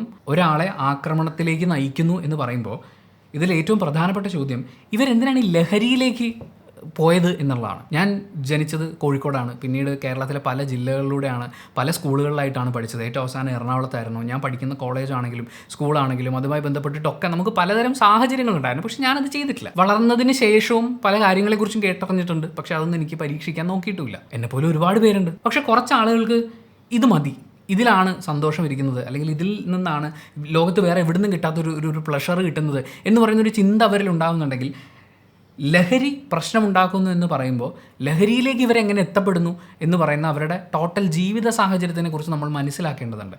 ഇത്തരം ശീലങ്ങളിലേക്ക് കടക്കുന്ന കുട്ടികളിൽ പ്രകടമായി വരുന്ന പല മാറ്റങ്ങളുണ്ട്. അത് വീട്ടുകാർ അതിൻ്റെ പല സ്കെയിലിൽ അനുഭവിക്കാറുണ്ട്. പക്ഷെ പല വീട്ടുകാരും ഇതൊന്നും തുറന്നു പറയാൻ നിൽക്കില്ല. അവരെ കൃത്യമായ സമയത്ത് കൗൺസിലിംഗ് പോലെയുള്ള കാര്യങ്ങൾക്ക് കൊണ്ടുപോവുക. ഇതിൽ നിന്ന് എന്താണ് ഈ കുട്ടി ഇതിലേക്ക് പോകാനുള്ളൊരു കാരണം, അപ്പോൾ നമ്മുടെ വീടിൻ്റെ സാഹചര്യമാണോ പ്രശ്നം, ആ കുട്ടിയെ നമ്മൾ ഡീൽ ചെയ്യുന്നതിലെ വിഷയമാണോ കാര്യം, അപ്പോൾ അതിനെക്കുറിച്ച് നമുക്ക് എന്ത് ചെയ്യാൻ പറ്റും എന്നൊക്കെ കൃത്യമായ രീതിയിൽ ആലോചിച്ച് ഒരു നടപടിയുമായി മുന്നോട്ട് പോകേണ്ടത് ആദ്യം കുടുംബങ്ങളിൽ നിന്നാണ്. അവിടുത്തെ അവസ്ഥ എന്താണെന്നുള്ളതാണ് ചോദ്യം. പിന്നെ ലഹരിയുടെ വ്യാപനത്തെക്കുറിച്ച് സംസാരിക്കുമ്പോൾ ഗവൺമെൻറ്റിൻ്റെ ഭാഗത്തുനിന്ന് കർശനമായ നടപടികൾ ഉണ്ടാവേണ്ടതുണ്ട്. പക്ഷേ അടിസ്ഥാനപരമായി വ്യക്തികളിൽ നിന്ന്, കുടുംബങ്ങളിൽ നിന്നാണ് മാറ്റങ്ങൾ ആരംഭിക്കുക. ഒരു കുട്ടി ഇത്തരം ഒരു സാഹചര്യത്തിൽ അഭയം പ്രാപിക്കുന്നു, ഇതിലെ സന്തോഷത്തിലേക്ക് പോകുന്നു എന്ന് പറയുമ്പോൾ അതിന് പ്രേരകമായിട്ടുള്ള വേറെ കുറേ ഘടകങ്ങൾ ഇവിടെ നിൽക്കുകയാണ്. അപ്പോൾ നിങ്ങൾ ഈ ലഹരി എന്ന് പറയുന്ന ഒരു സാധനം എടുത്ത് മാറ്റിക്കഴിഞ്ഞാൽ അവൻ അതിനേക്കാൾ സ്ട്രോങ് ആയ ലഹരി അവിടെ കിട്ടും, ആ വഴി പോകും. ആൻഡ് ഇതിൻ്റെ സ്റ്റൈലൈസ്ഡ് ആയിട്ടുള്ള സിനിമകൾ ഉൾപ്പെടെയുള്ള സ്ഥലങ്ങളിലെ അവതരണം അത് മറ്റൊരു വിഷയമാണ്. ഞാൻ ഈ വീഡിയോ ഒക്കെ ചെയ്തുകൊണ്ടിരിക്കുന്ന സമയത്ത് നമുക്ക് പലതരം പ്രൊമോഷൻസ് പറഞ്ഞുകൊണ്ട് മെയിലുകളൊക്കെ വരും. അതിൽ ബെറ്റിംഗ് ആപ്സ് ഇഷ്ടം പോലെ വരാറുണ്ട്. എനിക്ക് ഇഷ്ടം പോലെ കാശുണ്ടാക്കാനുള്ള മാർഗ്ഗമുണ്ട്. ബെറ്റിംഗ് ആപ്സ് ഒരുപാട് നമുക്ക് മെസ്സേജുകൾ വരാറുണ്ട്. അതുപോലെ ഈ അടുത്ത് വന്നു തുടങ്ങിയിട്ടുള്ള ഒന്നാണ് സ്മോക്ക് ചെയ്യാൻ വേണ്ടിയിട്ടുള്ള, അതായത് സിഗരറ്റ് അല്ലെങ്കിൽ അതുപോലെയുള്ള കാര്യങ്ങൾക്ക് പകരം ഉപയോഗിക്കാൻ പറ്റുന്ന നാച്ചുറലി അവൈലബിൾ ആയിട്ടുള്ള ഒരു സബ്സ്റ്റൻസിൻ്റെ ടേസ്റ്റ് ഫീൽ ചെയ്യുന്ന പോലത്തെ പുക വിടാൻ പറ്റുന്ന സാധനങ്ങൾ എനിക്കിപ്പോൾ മെയിൽ വന്നുകൊണ്ടിരിക്കുകയാണ്. അതുപോലത്തെ മെയിൽസ് അപ്പോൾ എത്ര ആളുകളിലേക്ക് പോയിട്ടുണ്ടാകും. ഞാനത് യൂട്യൂബിൽ കയറി സെർച്ച് ചെയ്ത് കഴിഞ്ഞപ്പോൾ ആ പ്രോഡക്റ്റ് പ്രൊമോട്ട് ചെയ്തിട്ടുള്ള ഒരുപാട് ഇൻഫ്ലുവൻസേഴ്സ് ഉണ്ട്. അവർ പറയുന്നത് എന്തോ ഡി അഡിക്ഷൻ കൊടുക്കാൻ വേണ്ടിയിട്ടാണ്. ഇങ്ങനെ ഒരു പ്രോഡക്റ്റ് ഉണ്ടാക്കുമ്പോൾ അതിൽ ആളുകൾ അഡിക്റ്റഡ് ആയാലേ ആ കമ്പനിക്ക് ലാഭമുള്ളൂ. എൻ്റെ ആ സാധനമൊക്കെ നല്ല വിലയുള്ള സാധനങ്ങളാണ്, അവർ ഓഫർ ചെയ്യുന്ന പൈസയും വളരെ വലുതാണ്. അപ്പോൾ എവിടെയാണ് അതിൻ്റെ ലാഭം ഇരിക്കുന്നത്? അഡിക്ഷൻ ഉണ്ടാക്കുക എന്നുള്ളതാണ്. അഡിക്റ്റഡ് ആകാൻ പറ്റുന്ന സബ്സ്റ്റൻസുകൾ പല തരത്തിൽ അവൈലബിൾ ആയിട്ടുള്ളൊരു സൊസൈറ്റിയിലാണ് നമ്മൾ ജീവിക്കുന്നത്. അപ്പോൾ ആ അഡിക്ഷനാണ് സന്തോഷം എന്ന് കരുതുന്നൊരവസ്ഥയിലേക്ക് ആളുകൾ മൂവ് ചെയ്യുന്നുണ്ടെങ്കിൽ അതിൻ്റെ കാരണങ്ങളെക്കുറിച്ചുള്ള പഠനം വേണം. ഗവൺമെൻറ്റിൻ്റെ കൃത്യമായ റെഗുലേഷൻസ് ആവശ്യമാണെന്ന് പറയുമ്പോൾ പോലും സാഹചര്യം ഇവിടെ ഒരു വലിയ വില്ലനാണ്. നമ്മുടെ നാട്ടിൽ അച്ഛനും അമ്മയും ആവാൻ റെഡി ആയിട്ടുള്ള ആളുകളല്ല അച്ഛനും അമ്മയും ആവാറുള്ളത്. അതാണ് ഒരു വലിയ യാഥാർത്ഥ്യം. അവരെങ്ങനെയോ വീട്ടുകാരും നാട്ടുകാരൊക്കെ പറഞ്ഞു കല്യാണം കഴിച്ചു. അത് കഴിഞ്ഞ് നാട്ടുകാരും വീട്ടുകാരൊക്കെ ചോദിക്കുന്നു, ഇതിൻ്റെ ഇടയിൽ എങ്ങനെയൊക്കെയോ ഒരു കൊച്ചുണ്ടായി, ആ കൊച്ചിനെ എങ്ങനെയൊക്കെയോ അവർക്ക് പറ്റുന്ന രീതിയിലൊക്കെ വളർത്തിക്കൊണ്ടിരിക്കുകയാണ്. ഇതാണ് സംഭവിച്ചുകൊണ്ടിരിക്കുന്നത്. ഒരു കുഞ്ഞിനെ അതിന് വേണ്ടുന്ന എല്ലാ പ്രോപ്പർ കെയറും കൊടുത്ത്, അതൊരു മനുഷ്യജീവിയാണ്, അതിലേക്ക് നമ്മൾ ഇൻവെസ്റ്റ് ചെയ്യേണ്ട ഒരു ടൈമുണ്ട്. ആ ടൈം കൊടുത്ത് സന്തോഷവും സമാധാനവും പ്രദാനം ചെയ്യാൻ പറ്റുന്ന ഒരു കുടുംബത്തിൻ്റെ അന്തരീക്ഷം ബിൽഡ് ചെയ്ത് വെക്കാതെ എങ്ങനെയൊക്കെയോ കുടുംബം നടത്തിക്കൊണ്ടുപോകുന്ന ആളുകളാണ് നമ്മുടെ നാട്ടിൽ ബഹുഭൂരിപക്ഷം ഉള്ളതെന്ന് പലപ്പോഴും തോന്നിയിട്ടുണ്ട്. ഒരു തരത്തിൽ അല്ലെങ്കിൽ മറ്റൊരു തരത്തിൽ നമ്മളൊക്കെ അതിൻ്റെ ഇരകളുമാണ്. അപ്പോൾ ലഹരി വ്യാപിക്കുന്നുണ്ടെങ്കിൽ അത് എത്തുന്ന സോഴ്സ് കണ്ടുപിടിക്കുക എന്നുള്ളത് പോലെ തന്നെ ഇമ്പോർട്ടൻ്റ് ആണ് ആ സോഴ്സിലേക്ക് ആളുകൾ പോകാനുള്ള സാഹചര്യത്തെ നിയന്ത്രിക്കുക എന്നുള്ളത്. നമ്മുടെ ഗവൺമെൻറ് പദ്ധതികൾ പലപ്പോഴും ലഹരിക്ക് അടിമപ്പെട്ടു പോയ ആളുകളെ തിരിച്ചു കൊണ്ടുവരാൻ വേണ്ടിയിട്ടാണ്. കുഴി കിടക്കണവന് കയറിട്ട് കൊടുക്കുന്നതൊക്കെ നല്ല കാര്യമാണ്, പക്ഷെ കുഴി മൂടാനുള്ള പരിപാടി ഒന്ന് നോക്കിക്കൂടെ? രണ്ടാമത്തെ കാര്യം, വീഡിയോ ഗെയിംസ്. വളരെ അഗ്രസീവായിട്ടുള്ള വീഡിയോ ഗെയിംസാണ് നമുക്കിപ്പോൾ അവൈലബിൾ ആയിട്ടുള്ളത്. ബഹുഭൂരിപക്ഷം പ്രത്യേകിച്ച് ആ ഒരു കോവിഡ് വ്യാപനത്തിനൊക്കെ ശേഷം വളരെ ചെറിയ ക്ലാസ്സുകളിൽ പഠിക്കുന്ന കുട്ടികളുടെ കയ്യിലേക്ക് വരെ മൊബൈൽ ഫോണുകൾ എത്തി. ഇപ്പോൾ കുട്ടികളുടെ കാര്യം മാത്രമൊന്നും നമ്മൾ പറയണമെന്നില്ല, മുതിർന്ന ആൾക്കാർ സ്മാർട്ട് ഫോണിൻ്റെയൊക്കെ ആവശ്യം എന്താ എന്നൊക്കെ ചിന്തിച്ചുകൊണ്ട് നടന്ന ഒരുപാട് പ്രായമായിട്ടുള്ള ആളുകളുടെ കയ്യിലേക്ക് വരെ മൊബൈൽ ഫോണുകൾ, സ്മാർട്ട് ഫോണുകൾ വന്നു. പലരും പലതരത്തിലുള്ള ആപ്ലിക്കേഷൻസിൽ ഹുക്ഡ് ആയിട്ടിരിക്കുകയാണ്. ഫേസ്ബുക്കാണ് ചില ആളുകളുടെ ഒരു അഡിക്ഷൻ എന്ന് പറയുന്നത്, വേറെ ചില ആളുകൾക്ക് വേറെ പലതുമായിരിക്കാം. അതിൽ ഈ വീഡിയോ ഗെയിംസിൻ്റെ അഡിക്ഷനിലേക്ക് നമ്മൾ നോക്കുമ്പോൾ അവിടെ ഉള്ളതിൽ ബഹുഭൂരിപക്ഷം ഏറ്റവും കൂടുതൽ ആളുകൾ കളിക്കുന്നതും ഒന്നത് വളരെ ഓൺലൈനായിട്ട് ഒത്തിരി ആളുകളുമായിട്ട് കണക്ട് ചെയ്ത് കളിക്കാം എന്നുള്ളതും, പിന്നെ ഈ റിയൽ ടൈം എഫക്റ്റ് അതിലുള്ളതുകൊണ്ടും വെടിവെച്ച് കൊല്ലുക, ആക്രമിക്കുക തുടങ്ങിയിട്ടുള്ള ഗെയിംസിനാണ് കൂടുതൽ ആളുകളുള്ളത്. ഒരു ദിവസം ഏറ്റവും കൂടുതൽ ഉപയോഗിക്കുന്ന വാക്കുകൾ പോലും കൊല്ല് കൊല്ല് കൊല്ല് എന്നുള്ളതാണ്. അല്ലെങ്കിൽ അങ്ങനെ അടിക്കണം, ഇങ്ങനെ അടിക്കണം, സ്ട്രാറ്റജീസ് ആണ് ഉണ്ടാക്കിക്കൊണ്ടിരിക്കുന്നത്. ഒന്നിനെ എലിമിനേറ്റ് ചെയ്യാൻ വേണ്ടിയിട്ടുള്ള സ്ട്രാറ്റജീസ് ഉണ്ടാക്കിക്കൊണ്ടിരിക്കുകയാണ്. ഈ എലിമിനേഷൻ എന്ന് പറയുന്ന ആ ഒരു പ്രോസസ്സ് ഉണ്ടല്ലോ, നമ്മളൊരു മത്സരം എന്നുള്ള രീതിയിൽ നോക്കി കാണുമ്പോൾ നമ്മളെല്ലാവരും തുല്യ അവകാശത്തോടുകൂടി ഓടുകയാണ്. ഓടി ഒരാൾ ജയിക്കുകയാണ്. അപ്പോൾ അവിടെ ബാക്കി എല്ലാവർക്കും ഓടാനുള്ള അവകാശമുണ്ട് അവസാനം വരെ. പക്ഷേ അതിൽ കൂടുതൽ സ്പീഡുള്ള, കൂടുതൽ സ്കിൽഡ് ആയിട്ടുള്ള ആൾ ജയിക്കും. ഫുട്ബോൾ നിങ്ങൾ എടുത്ത് നോക്കൂ, ക്രിക്കറ്റ് നിങ്ങൾ എടുത്ത് നോക്കൂ. പക്ഷേ ഷൂട്ടിംഗ് ഗെയിമുകളിലേക്ക് വരുമ്പോൾ അവിടെ സംഭവിക്കുന്നത് നമ്മൾ ഒറ്റയ്ക്കൊരു കഴിവായിട്ട് വെറുതെ ഓടിക്കൊണ്ടിരുന്നാൽ ജയിക്കാൻ പറ്റില്ല. മറ്റേ ആളെ എലിമിനേറ്റ് ചെയ്യണം, ഇല്ലായ്മ ചെയ്യണം എന്ന് പറയുന്ന ഒരു കാര്യമാണ്. ഇത് സൈക്കോളജിക്കലി എഫക്റ്റ് ആവാനുള്ള സാധ്യത ഉണ്ടെന്നാണ് എനിക്കും ഫീൽ ചെയ്യുന്നത്. ഒരുപാട് വിദഗ്ധരായിട്ടുള്ള ആളുകളും അതുമായി ബന്ധപ്പെട്ടുള്ള പഠനങ്ങളും ഒക്കെ പറയുന്നുണ്ട്. വീഡിയോ ഗെയിംസും നമ്മൾ ഉപയോഗിക്കുന്ന ആപ്ലിക്കേഷൻസും ഒക്കെ നമ്മുടെ ബ്രെയിനിനെ എങ്ങനെ സ്വാധീനിക്കുമെന്നുള്ളത്. അത് പറയുമ്പോൾ നമ്മൾ ചില സോഷ്യൽ മീഡിയ ആപ്ലിക്കേഷൻസിനെ കുറിച്ച്, പ്രത്യേകിച്ച് ഇൻസ്റ്റഗ്രാം അടക്കമുള്ള സോഷ്യൽ മീഡിയ ആപ്ലിക്കേഷൻസിനെ കുറിച്ച് സംസാരിക്കേണ്ടത് വളരെ വലിയൊരു അത്യാവശ്യമാണ് എന്നെനിക്ക് തോന്നുന്നു. കാരണം നമ്മൾ ഈ പറഞ്ഞ കോവിഡ് വ്യാപനത്തിനൊക്കെ ശേഷമാണ് ഇത്തരം ആക്രമണങ്ങളും പരിപാടികളൊക്കെ കൂടുന്നത് എന്ന് പറയുന്ന കുറേ കണക്കുകളൊക്കെ നമ്മുടെ മുന്നിലുണ്ട്. ഈ കോവിഡ് വ്യാപനത്തിന് ശേഷം എല്ലാവരും ഇൻ്റർനെറ്റ് ഉപയോഗിക്കുന്നത് കൂടി. അതിൻ്റെ ഒരു ചെറിയ ഉദാഹരണം ആസ് എ യൂട്യൂബർ ഞാൻ ഫീൽ ചെയ്യുന്ന എങ്ങനെയാണെന്ന് വെച്ച് കഴിഞ്ഞാൽ ഒരുപാട് യൂട്യൂബേഴ്സ് വലിയ കോടീശ്വരന്മാരാവുന്ന ഒരു ലെവലിലേക്ക് എത്തുന്നത് ഈ കോവിഡിനൊക്കെ ശേഷമാണ്. കാരണം എല്ലാവരും വീട്ടിലിരിക്കുന്നു, പുറത്തെങ്ങും പോകാൻ വയ്യ. അപ്പോൾ പുറത്തൊക്കെ പോയി ഒരുപാട് വീഡിയോസൊക്കെ ചെയ്തിട്ടുള്ള അല്ലെങ്കിൽ സ്വന്തം ഒപ്പീനിയൻസ് ഒക്കെ വിളിച്ച് പറയുന്ന ആളുകളെയൊക്കെ കാണുമ്പോൾ നമുക്ക് ഇവരെയൊക്കെ കാണാമല്ലോ. അങ്ങനെ കാണുന്ന ആളുകളുടെ എണ്ണം കൂടി. ലൈഫ് സ്റ്റൈൽ വ്ളോഗേഴ്സിന് വളരെ വലിയൊരു സ്വീകാര്യത കൈവന്നു. സ്വാഭാവികമായും അവരുടെ വരുമാനത്തിലും വർധനമുണ്ടായി. ഒരു 10 കൊല്ലം മുമ്പ് ഒരു ലൈഫ് സ്റ്റൈൽ വ്ളോഗർ ചെയ്യാൻ സാധ്യതയുള്ള പരമാവധി കാര്യം നിങ്ങളൊന്ന് ആലോചിച്ച് നോക്കൂ. അയാളുടെ ലൈഫ് സ്റ്റൈലിൽ ഏറ്റവും ലക്ഷറിയസ് ആയിട്ട് കൊണ്ടുവരാൻ സാധ്യതയുള്ള ഒരു കാര്യം എന്താണെന്നും അതെന്തായിരിക്കും അയാൾ നാട്ടുകാരോട് അവതരിപ്പിക്കുന്നതെന്നും ഒക്കെ ഒന്ന് ആലോചിച്ച് നോക്കുക. കാരണം 50,000 രൂപയുടെ ക്യാമറ വാങ്ങുന്നത് വലിയ അച്ചീവ്മെൻ്റായി കാണിച്ചിരുന്ന വ്ളോഗേഴ്സ് ഉണ്ട്. പക്ഷേ ഇന്ന് അവരുടെ അച്ചീവ്മെൻ്റ് എന്ന് പറയുമ്പോഴേക്കും ഒരു ബെൻസോ BMW അല്ലെങ്കിൽ കൊച്ചിയിലെ ഏറ്റവും ലക്ഷറിയസ് ആയിട്ടുള്ള ഒരു ഫ്ലാറ്റോ ഒക്കെയാണ്. അപ്പോൾ ഇത്തരം കാഴ്ചകൾ കണ്ടിന്യൂസ്ലി കണ്ടുകൊണ്ടിരിക്കുകയാണ്. നമ്മൾ ഇൻസ്റ്റാഗ്രാമിലേക്ക് പോവുകയാണെങ്കിലും ഒരുപാട് കണ്ടന്റ് ക്രിയേറ്റേഴ്സ് അവിടെ വന്നു. അപ്പോൾ ഒത്തിരി ആളുകൾ ഈ ലൈഫ് കാണിക്കുക എന്നുള്ളതാണ്. അതും ബഹുഭൂരിപക്ഷം ആളുകളും, ആത്മാർത്ഥമായും സത്യസന്ധമായും പറയുകയാണ്, ബഹുഭൂരിപക്ഷം ആളുകളും കാണിച്ചുകൊണ്ടിരിക്കുന്ന ജീവിതമല്ല അവർ ജീവിച്ചുകൊണ്ടിരിക്കുന്നത്. രണ്ടും എക്സ്ട്രീംലി ഡിഫറെൻ്റ് ആയിട്ടുള്ളതാണ്. നിങ്ങളിപ്പോൾ ചില ആപ്ലിക്കേഷൻസ് ഒക്കെ ഇറങ്ങിയിട്ടുണ്ട്, പാവങ്ങളെ പോയി സഹായിക്കും, എന്നിട്ട് ആ സഹായിച്ച പൈസ ഗെയിം കളിച്ചുണ്ടാക്കി തന്നെ ആപ്പ് ഉണ്ടെന്നൊക്കെ പറഞ്ഞ് ഇങ്ങനെ കുറേ തട്ടിപ്പ് പരിപാടികളും ഇതിൻ്റെ ഇടയിൽ നടക്കുന്നുണ്ട്. അപ്പോൾ ഇതൊക്കെ കോൺസ്റ്റൻ്റ്ലി കൺസ്യൂം ചെയ്തുകൊണ്ടിരിക്കുക. അതായത് ഈ ലക്ഷറിയസ് ആയിട്ടുള്ള കാര്യങ്ങൾ ഉപയോഗിക്കുക, വളരെ ഹാപ്പി ആയിട്ട് ജീവിക്കുക എന്ന് പറയുന്നത് ഒത്തിരി പണം മുടക്കി ജീവിക്കുക എന്നൊക്കെയുള്ള കുറേ കാര്യങ്ങൾ നമ്മളിങ്ങനെ കൺസ്യൂം ചെയ്തുകൊണ്ടിരിക്കുകയാണ്. ഞാൻ വളരെ കുറച്ച് കാലമേ ഉള്ളൂ, പക്ഷേ വളരെയധികം ഇപ്പോൾ ശ്രമിച്ചുകൊണ്ടിരിക്കുന്ന ഒരു കാര്യമാണ് പലതും വാങ്ങിച്ചു കൂട്ടാനുള്ള. ഞാൻ ഒരുപാട് പ്രോഡക്റ്റ്സിൻ്റെ റിവ്യൂസ് കാണുന്ന ആളാണ്. ഒരുപാട് പ്രോഡക്റ്റ്സ് എൻ്റെ കയ്യിൽ ഇരിപ്പുണ്ട്. അതിൽ ബഹുഭൂരിപക്ഷം ഞാൻ ഉപയോഗിക്കുന്നില്ല എന്ന് പറയുന്ന ഒരു തിരിച്ചറിവിലേക്ക് എൻ്റെ കയ്യിൽ കിട്ടുന്ന പൈസ ഞാൻ ഉപയോഗിക്കുന്നത് കൃത്യമായിട്ടല്ല എന്നൊരു തോന്നൽ എനിക്കുണ്ടായി. ഞാനിപ്പോൾ എൻ്റെ പർച്ചേസിങ് ശീലങ്ങൾ മാക്സിമം കുറയ്ക്കാൻ നോക്കുകയാണ്. എനിക്കിപ്പോൾ ഒരു 10-15 വയസ്സുണ്ട്. പക്ഷേ ഒരു 22, 23, 24 വയസ്സൊക്കെ ഉള്ള ഒരാളെ നിങ്ങളൊന്ന് സങ്കല്പിച്ച് നോക്കും. അയാൾക്ക് സമ്പാദിച്ചുണ്ടാക്കാൻ പറ്റുന്ന പണത്തെക്കുറിച്ച് നിങ്ങൾ ആലോചിച്ച് നോക്കൂ. അയാൾ സോഷ്യൽ മീഡിയയിലൂടെ കണ്ടുകൊണ്ടിരിക്കുന്ന ജീവിതശൈലി നിങ്ങൾ കണ്ടു നോക്കൂ. ആ ജീവിതശൈലി അനുകരിക്കുന്നതാണ് ഹാപ്പിനെസ് എന്ന് അയാൾ കോൺസ്റ്റൻ്റ്ലി വിശ്വസിച്ചുകൊണ്ടിരിക്കുകയാണ്. ഒരാളോ 2 ആളോ 10 ആളോ ഒന്നും അല്ല പറയുന്നത്. ഫോളോ ചെയ്യുന്ന ആയിരക്കണക്കിന് ആളുകളും പറയുന്നത് ജീവിതത്തിലെ സന്തോഷം എന്ന് പറയുന്നത് മക്കളെ ഇതൊക്കെയാണ്. ഇതൊക്കെ എന്ന് പറയുന്നതിൽ കോമൺ ആയി വരുന്ന കുറേ കാര്യങ്ങളുണ്ടാവും. അതിൽ വളരെ വില കൂടിയ ബൈക്ക് വരും, വളരെ വില കൂടിയ കാറുകൾ വരും, വില കൂടിയ മറ്റ് ജീവിത സൗകര്യങ്ങൾ മെച്ചപ്പെടുത്തുന്നത് വരും, വസ്ത്രങ്ങൾ വരും. അപ്പോൾ ഇതൊക്കെ കോൺസ്റ്റൻ്റ്ലി കണ്ടുകൊണ്ടിരിക്കുന്ന ഒരാൾക്ക് ഇത് അച്ചീവ് ചെയ്യാൻ പറ്റിയിട്ടില്ലെങ്കിൽ ഭയങ്കര ഫ്രസ്ട്രേഷൻ ഉണ്ടാവും. അപ്പോൾ അതിന് പണം കണ്ടെത്താൻ വേണ്ടിയിട്ട് ഇപ്പോൾ പണ്ടാണെങ്കിൽ എന്താ ചെയ്യുക, കുറേശ്ശെ ചെറിയ പണിക്കൊക്കെ പോയി കിട്ടുന്ന പൈസ കൂട്ടി വെച്ച് അങ്ങനെയൊക്കെ ചെയ്യുന്ന ആളുകളെക്കുറിച്ച് നമ്മൾ കേട്ടിട്ടുണ്ട്. പക്ഷേ നമുക്കിപ്പോൾ ഇൻസ്റ്റൻറ്റ് ഗ്രാറ്റിഫിക്കേഷനാണ്. അതായത് ഞാൻ ഇങ്ങനെ ഒരു കാര്യം അച്ചീവ് ചെയ്ത് അതെനിക്ക് എത്രയും പെട്ടെന്ന് അച്ചീവ് ചെയ്തിട്ട് സമാധാനമായിട്ടിരിക്കണം. ഒരു റീല് കാണുന്ന സമയം കൊണ്ട് ജീവിതത്തിലെ പല കാര്യങ്ങളും മാറണം എന്ന് ആഗ്രഹിക്കുന്ന ആളുകളാണ് ഒരു വലിയ വിഭാഗമുള്ളത്. അതും ഒരാഗ്രഹം പൂർത്തിയാക്കണം എന്ന് ചിന്തിച്ച് തുടങ്ങുമ്പോഴേക്കും അടുത്ത ആഗ്രഹം വരികയാണ്. ഇതിൽ എത്ര എണ്ണം അച്ചീവ് ചെയ്യാൻ പറ്റും? അപ്പോൾ എത്രത്തോളം ഫ്രസ്ട്രേറ്റഡ് ആവും ഒരു മനുഷ്യൻ. ഒരു ജോലി കണ്ടുപിടിച്ച്, പ്രത്യേകിച്ച് ഒരു പാർട്ട് ടൈം ജോലിയായിട്ടോ അല്ലെങ്കിൽ ഒരു പുതിയ ജോലിക്ക് കയറുന്ന ഒരാൾക്ക് ഒരു മാസം എത്ര രൂപ സമ്പാദിക്കാൻ പറ്റും? അതിൽ എത്ര പൈസ EMI ആക്കിയിട്ട് ഇഷ്ടമുള്ള ലക്ഷറിയസ് ആയിട്ടുള്ള സാധനങ്ങളൊക്കെ വാങ്ങിക്കും? എനിക്ക് ഷസാമിനോട് ഭയങ്കര ബഹുമാനം തോന്നിയിട്ടുള്ള ഒരു കാര്യം, 1 ലക്ഷം രൂപയുടെ സ്മാർട്ട് ഫോൺ വാങ്ങിക്കേണ്ട ആവശ്യം കേരളത്തിൽ ബഹുഭൂരിപക്ഷം വരുന്ന ആളുകൾക്കും ഇല്ല എന്ന് അയാൾ ആസ് എ ടെക് റിവ്യൂവർ അയാൾ അത് തുറന്നു പറഞ്ഞു എന്നുള്ളതാണ്. സത്യമല്ലേ? എന്തിനാണ് 50,000-ൻ്റെയും 60,000-ൻ്റെയും ഒരു മൊബൈൽ ഫോണിൻ്റെ ആവശ്യം ഇരിക്കുന്നത്? കാര്യം നമ്മൾ ഈ കാണുന്ന ലൈഫ് സ്റ്റൈൽ വ്ളോഗേഴ്സിൻ്റെ ഒക്കെ കയ്യിൽ ഈ സാധനം ഇരിക്കുകയാണ്. ടെക് ഗാഡ്ജറ്റ് റിവ്യൂ ചെയ്യുന്നവരൊക്കെ പറയുകയാണ് this is the best phone, best, എനിക്ക് ബെസ്റ്റ് വേണം. ഈ പറയുന്ന ഒരു ഇംപ്രഷൻ ക്രിയേറ്റ് ചെയ്തുകൊണ്ടിരിക്കുകയാണ്. ഈ ഇംപ്രഷനിൽ വീണ് പോകുന്നവരാണ് ഒരു വലിയ വിഭാഗം. പണം കണ്ടെത്തുക എന്ന് പറയുന്നത് ഒരു 10-24 വയസ്സുള്ള ആളെ സംബന്ധിച്ച് വളരെ ബുദ്ധിമുട്ടുള്ള കാര്യമാണ്. പക്ഷേ അത് ഞാൻ ശരിയാക്കി തരാം എന്ന് പറഞ്ഞാൽ അവരെ സമീപിക്കുന്ന ആളുകൾ അവരെ കൊണ്ട് എന്ത് ചെയ്യുമെന്ന് നമുക്ക് പറയാൻ പറ്റില്ല. ആൻഡ് മറ്റൊരു മാർഗ്ഗം അവർ കണ്ടെത്തുക ചിലപ്പോൾ വീട്ടിൽ നിന്ന് എടുക്കുക എന്നുള്ളതാണ്.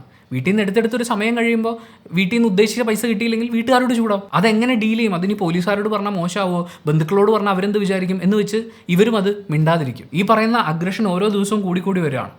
ഒരു ദിവസം അത് വളരെ മോശമായിട്ടുള്ളൊരു അവസ്ഥയിലേക്ക് എത്തും. സോ ഈ സോഷ്യൽ മീഡിയ ഒക്കെ ചേർന്ന് ക്രിയേറ്റ് ചെയ്യുന്ന പണത്തിന് വേണ്ടിയിട്ടുള്ള, അതായത് ഇൻസ്റ്റൻ്റായി പെട്ടെന്ന് കാര്യങ്ങൾ നടക്കുകയും പെട്ടെന്ന് സന്തോഷങ്ങൾ കണ്ടെത്തുകയും ചെയ്യുക എന്ന് പറയുന്ന ഒരു അവസ്ഥയിലേക്ക് വളരെയധികം ആളുകൾ നിർബന്ധിതരാകുന്നുണ്ട്. അത് സാധിക്കാതെ വരുമ്പോൾ ഉണ്ടാകുന്ന ഫ്രസ്ട്രേഷൻ ഇവിടെ ഒരു വലിയ ഘടകമാണ്. പലരും വലിയ കടക്കിണിയെക്കുറിച്ചൊക്കെ പറയും. 24-25 വയസ്സുള്ള ആളുകളൊക്കെ പറയും. നമ്മുടെ നാട്ടിലൊരു സാധാരണ മിഡിൽ ക്ലാസ് കുടുംബത്തിൽ ജനിച്ചു വളർന്ന ഒരാളെ സംബന്ധിച്ച് ജോലിക്ക് പോയി തുടങ്ങുന്നതിന് മുമ്പ് EMI അടച്ചു തുടങ്ങുന്ന ആളുകളാണ്. അപ്പോൾ ഞാനൊക്കെ എൻ്റെ ആദ്യത്തെ ശമ്പളം കിട്ടുമ്പോൾ അതിൽ നിന്ന് എത്ര രൂപ EMI അടയ്ക്കണം എന്നുള്ളത് ജോലിക്ക് കയറുന്നതിന് മുമ്പ് ഡിസൈഡഡ് ആയിരുന്നു. ഞാനൊരു മിഡിൽ ക്ലാസ് ഫാമിലിയിലാണ് ജനിച്ചത്. എൻ്റെ കുടുംബത്തെ മുന്നോട്ട് കൊണ്ടുപോകാൻ വേണ്ടി എൻ്റെ വീട്ടിൽ ജനിച്ച് വളർന്ന ഞങ്ങൾ 4 മക്കളെ വളർത്തുന്നതിന് വേണ്ടി ഒരുപാട് കടങ്ങളൊക്കെ വാങ്ങിച്ചു കൂട്ടേണ്ടി വന്നിട്ടുണ്ട്. ആ കടങ്ങളുടെയൊക്കെ ബാധ്യതയും കൂടിയാണ് എൻ്റെ മേലിൽ വരുന്നത്. സോ ഞാൻ ജോലിക്ക് പോയി തുടങ്ങുന്നതിന് മുമ്പേ ഞാൻ EMI അടച്ച് തുടങ്ങുകയാണ്. ഇതൊക്കെ ഒന്ന് സെറ്റിൽ ചെയ്തിട്ട് വേണം എനിക്ക് എൻ്റെ ഏറ്റവും പ്രിയപ്പെട്ട ഒരു മൊബൈൽ ഫോണോ അല്ലെങ്കിൽ ഏറ്റവും പ്രിയപ്പെട്ട ഒരു ബൈക്കിലേക്ക് പോകാൻ വേണ്ടിയിട്ട്.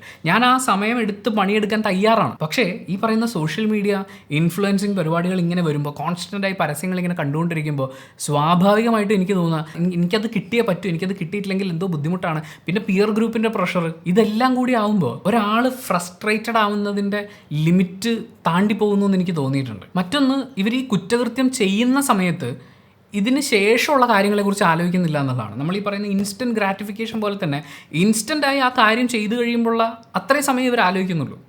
ഇത് കഴിഞ്ഞുള്ള ജീവിതത്തെക്കുറിച്ച് കുറേ കൂടി വിപുലമായിട്ട് ചിന്തിക്കാൻ പറ്റുന്നില്ല. ഈ കഴിഞ്ഞ ദിവസം കൊലപാതകം നടത്തിയ ഒരാൾ പറയുന്നത്, ഞാൻ ജീവപര്യന്തമൊക്കെ കഴിഞ്ഞ് എൻ്റെ 10-19 വയസ്സാകുമ്പോൾ പുറത്തിറങ്ങും, അത് കഴിഞ്ഞിട്ട് എനിക്ക് ജീവിക്കാമെന്നാണ്. ഈ ഇത്രയും കാലത്ത് ജയിൽ ജീവിതത്തിൽ അയാളെ കാത്തിരിക്കുന്നത് എന്തൊക്കെയാണ് എന്ന് ചിന്തിക്കാനോ അല്ലെങ്കിൽ അതിനെക്കുറിച്ച് ആലോചിക്കാനോ പറ്റുന്നൊരു മാനസികാവസ്ഥയിലല്ല അയാളുള്ളത്. ഇപ്പം ഇതാണ് വേണ്ടത്, ഇത് ചെയ്യുക, അത് കഴിഞ്ഞിട്ടുള്ളതല്ല, അത് അത്ര ഉണ്ടാവുള്ളൂ എന്ന് പറയുന്ന രീതിയിൽ വളരെ സിമ്പിളായിട്ട്, എന്ന് വെച്ചാൽ ആലോചിക്കേണ്ടതിനെ കുറിച്ച് ആലോചിക്കാതെ ആലോചിക്കേണ്ട ഒരാവശ്യമില്ലാത്ത കാര്യത്തെക്കുറിച്ച് ഒത്തിരി ആലോചിക്കുകയും ചെയ്യുന്ന ഒരു അവസ്ഥ, ഒരു ഫ്രസ്ട്രേറ്റഡ് ആയിട്ടുള്ള ഒരു അവസ്ഥയിലേക്ക് ആളുകൾ എത്തിക്കൊണ്ടിരിക്കുകയാണ്. അതുണ്ടാക്കുന്ന ആങ്കർ, ദേഷ്യത്തിനെ അഗ്രഷനായി മാറ്റുകയാണ് ബഹുഭൂരിപക്ഷം ആൾക്കാരും ചെയ്യുന്നത്. കാരണം ഇവിടെ ഈ അപ്പനമ്മമാർ അല്ലെങ്കിൽ കാമുകന്മാർ ഇവർ ഈ പറയുന്ന അഗ്രഷൻ കാണുമ്പോൾ പേടിച്ച് നിൽക്കുകയാണ്. ഇപ്പോൾ നമുക്കൊരു സങ്കടം ഉണ്ടായി, ഒരു പ്രണയ നൈരാശ്യമാണെന്ന് വിചാരിക്കും. സങ്കടം ഉണ്ടാവും, ഒരാഴ്ച ചിലപ്പോൾ നല്ല കരച്ചിലായിരിക്കും, പിന്നത്തെ ഒരാഴ്ച ആ കുഴപ്പമില്ല എന്നുള്ളൊരവസ്ഥയിലായിരിക്കും. പതുക്കെ ഇത് മാറി വരാൻ ചിലപ്പോൾ ഒരു 6 മാസമൊക്കെ എടുക്കും. അതായത് ഒരു സങ്കടം വന്നാൽ നമ്മൾ ആ ഇമോഷൻ ഫീൽ ചെയ്ത് അതിനെ ഹീൽ ചെയ്ത് മുന്നോട്ട് പോകുന്നുണ്ട്. പക്ഷേ ഇപ്പോൾ ഒരു ബ്രേക്കപ്പ് കഴിഞ്ഞ് കഴിഞ്ഞാൽ എത്രയും പെട്ടെന്ന് നമുക്ക് ഡേറ്റിംഗ് ആപ്സ് അവൈലബിൾ ആണ്. ഇനി ആ ബ്രേക്കപ്പിൻ്റെ സങ്കടം മറക്കാൻ വേണ്ടിയിട്ട് നമുക്ക് ഒരുപാട് സബ്സ്റ്റൻസുകൾ എത്തിച്ചു തരാൻ പറ്റിയ, ഹോം ഡെലിവറി വരെ വീട്ടിലെത്തിച്ചു തരുന്ന പോലത്തെ കുറേ കാര്യങ്ങൾ അവൈലബിൾ ആണെന്ന് പറയുന്ന ഒരുപാട് വാർത്തകൾ നമ്മൾ കേൾക്കുന്നുണ്ട്. അതായത് ആ ഇമോഷനെ ഫീൽ ചെയ്ത്, ഇപ്പോൾ എനിക്ക് ദാരിദ്ര്യമുണ്ട്, ശരി, ഞാൻ ആ ദാരിദ്ര്യത്തിനെ ഫേസ് ചെയ്ത് ഞാൻ അതിനെ ഓവർകം ചെയ്യുകയാണ്, ഞാൻ തന്നെ എന്നെ പ്രിപ്പയർ ചെയ്ത് ഞാൻ ഓവർകം ചെയ്യുകയാണ് എന്ന് പറയുന്ന ആ ടൈം എടുക്കാൻ നമുക്ക് പറ്റില്ല. ഇപ്പം ഞാൻ നേരത്തെ പറഞ്ഞ മിഡിൽ ക്ലാസ്സുകാരനെ സംബന്ധിച്ച് അയാളുടെ കടങ്ങളൊക്കെ ഒതുക്കി വരാനൊരു സമയമുണ്ട്. അത് കഴിഞ്ഞിട്ട് ഞാൻ ലൈഫ് എൻജോയ് ചെയ്യും, അല്ലെങ്കിൽ അത് എത്രയും പെട്ടെന്ന് തീർക്കാൻ വേണ്ടിയിട്ടുള്ള മാർഗ്ഗങ്ങളെക്കുറിച്ച് ഞാൻ ആലോചിക്കും. അത് കഴിഞ്ഞിട്ടാണ് എൻ്റെ ഈ പറയുന്ന എൻജോയ്മെൻറ്റ് വരുന്നത്. പക്ഷേ നമുക്കിപ്പോൾ അത് പറ്റില്ല. എനിക്ക് ആ ഇമോഷൻ എനിക്ക് വേഗം അതിൽ നിന്ന് പുറത്തിറങ്ങണം. ഡിപ്രഷനാണ് വളരെയധികം മിസ്യൂസ് ചെയ്യപ്പെടുന്ന വാക്കുകളിൽ ഒന്നാണ് ഡിപ്രഷൻ എന്ന് പറയുന്നത്. നമ്മൾ ചില ഇമോഷൻസിനെ നമ്മൾ അനുഭവിക്കണം, അതിൽ കൂടി പാസ് ചെയ്ത് പോകണം. അത് നമ്മളെ ഹീൽ ചെയ്യുന്ന ഒരു ലെവലുണ്ട്, നമ്മൾ അതിൽ നിന്ന് ഇമ്പ്രൂവ് ആവുന്ന ഒരു ലെവലുണ്ട്, നമ്മുടെ മെൻ്റൽ ഹെൽത്തും സ്റ്റെബിലിറ്റിയും ഒക്കെ. പക്ഷേ നമുക്ക് പെട്ടെന്ന് റിസൾട്ട് ഉണ്ടാക്കിയേ പറ്റൂ. ഈ പെട്ടെന്ന് റിസൾട്ട് ഉണ്ടാക്കുക എന്ന് പറയുന്നത് ഒരു ദേഷ്യം വരുമ്പോഴും അങ്ങനെയാണ്. അച്ഛനും അമ്മയും എന്തോ പറഞ്ഞു, ദേഷ്യം വന്നു, ദേഷ്യത്തിനെ എനിക്ക് ഇപ്പോൾ സെറ്റിൽ ചെയ്യണം. ഇപ്പോൾ സെറ്റിൽ ചെയ്യാനുള്ള ഏറ്റവും നല്ല വഴി എന്ന് പറഞ്ഞു കഴിഞ്ഞാൽ തല്ലുണ്ടാക്കുക എന്നുള്ളതാണ്, അല്ലെങ്കിൽ ആക്രമിക്കുക എന്നുള്ളതാണ്. ആങ്കറിന് ഡയറക്റ്റ് അഗ്രഷനിലേക്കാണ് പോകുന്നത്. ആങ്കർ എന്ന് പറയുന്നത് ചിലപ്പോൾ ഒരു സങ്കടമായിട്ടോ അല്ലെങ്കിൽ ഒരു നിരാശയായിട്ടോ മാറി പിന്നെ അതിൽ നിന്ന് നമ്മൾ ഹീലായി വരിക എന്ന് പറയുന്ന ഒരു പ്രോസസ്സ് ഇവിടെ ഇല്ല. ഇവിടെ എല്ലാം ഇൻസ്റ്റൻ്റായി മാറിക്കൊണ്ടിരിക്കുകയാണ്. അവിടെയും നമ്മൾ അടിസ്ഥാനപരമായ അഴിച്ചുപണികൾ ആവശ്യമായി വരുന്നത് വീടുകളിൽ തന്നെയാണ്, കുടുംബങ്ങളിൽ തന്നെയാണ്. പിന്നെ കുറച്ച് ഉത്തരവാദിത്തമുള്ള സോഷ്യൽ മീഡിയ ഇൻഫ്ലുവൻസേഴ്സിന് നമുക്ക് ആവശ്യമാണ്. കോവിഡിന് ശേഷം സംഭവിച്ച വലിയൊരു പ്രശ്നം നമ്മുടെ ലൈഫ് സ്റ്റൈൽ അല്ലെങ്കിൽ ലൈഫ് സ്റ്റൈൽ എക്സ്പെക്റ്റേഷൻസ് വളരെ ഹൈ ആവുകയും ഇൻകം ഹൈ ആവാതിരിക്കുകയോ അല്ലെങ്കിൽ മുൻപുണ്ടായിരുന്നതിനേക്കാൾ കുറയുകയോ ചെയ്തു. ഈ സാഹചര്യത്തിന് ബാലൻസ് ചെയ്യാൻ പറ്റാതെ സ്ട്രഗിൾ ചെയ്തുകൊണ്ടിരിക്കുകയാണ്. എസ്പെഷ്യലി ഈ ഒരു സാഹചര്യത്തിൽ ഒരു ജോലിയോ ബിസിനസ്സോ ഒക്കെ ചെയ്തു തുടങ്ങുന്ന വളരെ യങ്ങായിട്ടുള്ളൊരു വിഭാഗം ആളുകൾ. ഇനി ഇതിനെയൊക്കെ സിനിമയായിട്ട് നമുക്ക് കണക്ട് ചെയ്ത് കാണാൻ വേണ്ടിയിട്ട് പറ്റും. നമ്മുടെ നായകന്മാരെ നമ്മൾ എടുത്ത് നോക്കുകയാണെങ്കിൽ ഒരു പ്രശ്നം ഉണ്ടാകുന്നു, അതിൽ അയാൾ സങ്കടപ്പെടുന്നു, തളരുന്നു, വീഴുന്നു, അയാൾ തീർന്നു എന്ന് വിചാരിക്കുന്നിടത്തുനിന്ന് ഒരു ഫീനിക്സ് പക്ഷിയെ പോലെ അയാൾ പറന്നു വരുന്നു. ഇതൊക്കെയാണ് നമ്മൾ കണ്ടുകൊണ്ടിരിക്കുന്നത്. പക്ഷേ ഇപ്പോൾ നായകന്മാരും അങ്ങനെയല്ല, എല്ലാം പടപടേന്നാണ്, പെട്ടെന്നാണ്. ഒരു സങ്കടം വന്നു, സങ്കടത്തിന് കാരണമായവനെ തട്ടിക്കളയാം, നേരെ പോവുക.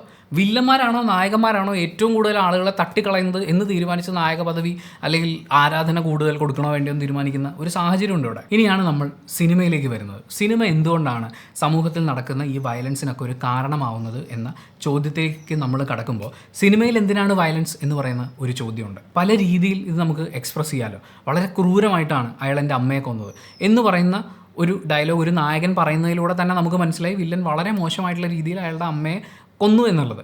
പക്ഷേ ഇന്ന് നമുക്കത് കാണിച്ചാൽ പോരാ. നമ്മളൊരു ഹരിഹർ നഗറിലേക്കൊക്കെ എത്തുന്ന സമയത്ത് ആ ബാഗിങ് ഇതാ അമ്മച്ചി എന്ന് പറഞ്ഞ് ഗ്യാസ് തുറന്നു വിട്ട് കൊല്ലാൻ നോക്കുന്ന വില്ലനെ നമ്മൾ കാണുന്നുണ്ട്. കുറേം കൂടി ഇങ്ങോട്ടേക്കൊക്കെ വരുമ്പോൾ ഒരു വില്ലൻ കത്തിയെടുത്ത് വയറ്റിൽ കുത്തുന്നത്, വയറിൻ്റെ ക്ലോസപ്പ്, കത്തി കയറി പോകുന്നത് വിത്ത് സൗണ്ട് എഫക്റ്റ് നമ്മൾ കേൾക്കുന്നുണ്ട്. അവിടം വരെ എത്തി നമ്മൾ വയലൻസ് ഗ്രാഫിക്കലി എങ്ങനെ കാണിക്കുന്നു എന്നുള്ളത്. ഇപ്പോൾ അവിടുന്ന് മാറിയിട്ട് ക്രൂരമായി കൊല്ലുക എന്ന് പറഞ്ഞു കഴിഞ്ഞാൽ ചതച്ച് അരച്ച് ഈ ബോഡി നുറുങ്ങുന്ന ശബ്ദമൊക്കെ നമ്മളെ കേൾപ്പിച്ച്, പറ്റുകയാണെങ്കിൽ ആ ഇറച്ചിയും ചോരയൊക്കെ ഇങ്ങനെ ഒഴുകുന്നത് കാണിച്ച് തന്ന് അങ്ങനെ ഇത് ഗ്രാഫിക്കലി കാണിച്ചുകൊണ്ടിരിക്കുകയാണ്.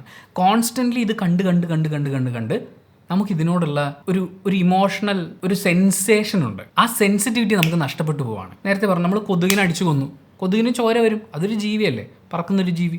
ചോര വന്ന് നമ്മൾ തുടച്ചു കളഞ്ഞു. ചിലപ്പോൾ ഒരു ഈച്ചയായിരിക്കും നമ്മൾ തല്ലുക, ചിലപ്പോൾ ഒരു പാറ്റയെ നമ്മൾ തല്ലിക്കൊല്ലുമായിരിക്കും. പല്ലിയിലേക്ക് വരുമ്പോൾ കുറച്ച് ആളുകൾ അതിൽ നിന്ന് മാറി നിൽക്കും. പല്ലിയിൽ നിന്ന് മാറിയിട്ട് നമുക്കൊരു പൂച്ചയെ തല്ലിക്കൊല്ലാം എന്ന് പറഞ്ഞു കഴിഞ്ഞാൽ അവിടെയും കുറേ ആളുകൾ മാറും. അതൊരു പട്ടിയാവും. അതിനുശേഷം നമുക്ക് കാട്ടിപ്പോയ ഒരു കുരങ്ങിനെ അടിച്ചു കൊല്ലാം എന്നൊക്കെ പറയുമ്പോൾ നമ്മൾ പതുക്കെ കുറേ ആൾക്കാർ ഇതിൽ നിന്ന് വിട്ടുപോകും. എന്താണെന്നറിയോ, നമ്മളതിൽ ഭയങ്കര സെൻസിറ്റീവാണ് ആ വിഷയത്തിൽ. അങ്ങനെ ആക്രമിക്കുക, ചോര തെറിക്കുക എന്ന് പറയുന്നത് അത് ജീവിയുടെ വലിപ്പം മാറുന്നതനുസരിച്ചും മാത്രമല്ല അവിടെ വരുന്ന ചോരയുടെ അളവ് കൂടുതലാണ്, അവിടെ അതിന് നമ്മൾ ഉപയോഗിക്കേണ്ടി വരുന്ന ഫോഴ്സ് വളരെ കൂടുതലാണ്. അപ്പം നമുക്കത് ചെയ്യാൻ തോന്നില്ല. ഇനി അറിയാതെ നമ്മുടെ കൈതട്ടി അങ്ങനെ ഒരു സംഭവം ഉണ്ടായിക്കഴിഞ്ഞാൽ നമുക്കവിടെ സോറി പറയാൻ തോന്നും, അല്ലെങ്കിൽ നമുക്ക് കുറ്റബോധം തോന്നും, സങ്കടം തോന്നും. ഈ പറയുന്ന സെൻസേഷൻ ഗ്രാജുവലി ഇല്ലാതാക്കുന്നു എന്നുള്ളതാണ് ഗ്രാഫിക്കലായിട്ട് വയലൻസ് കണ്ടിന്യൂസ് കാണുമ്പോൾ നമ്മളിൽ സംഭവിക്കുന്നത്. ആൻഡ് ഇത്തരം സിനിമകൾ എടുത്ത് നോക്കിയിട്ടുണ്ടെങ്കിൽ അവിടെ ദേഷ്യം എന്ന് പറയുന്നത് നേരെ കൺവേർട്ട് ആവുന്നത് അഗ്രഷനിലേക്കാണ്. ദേഷ്യം എന്ന് പറയുന്നത് ചിലപ്പോൾ നമുക്ക് നിരാശയിലേക്ക് പോകാം.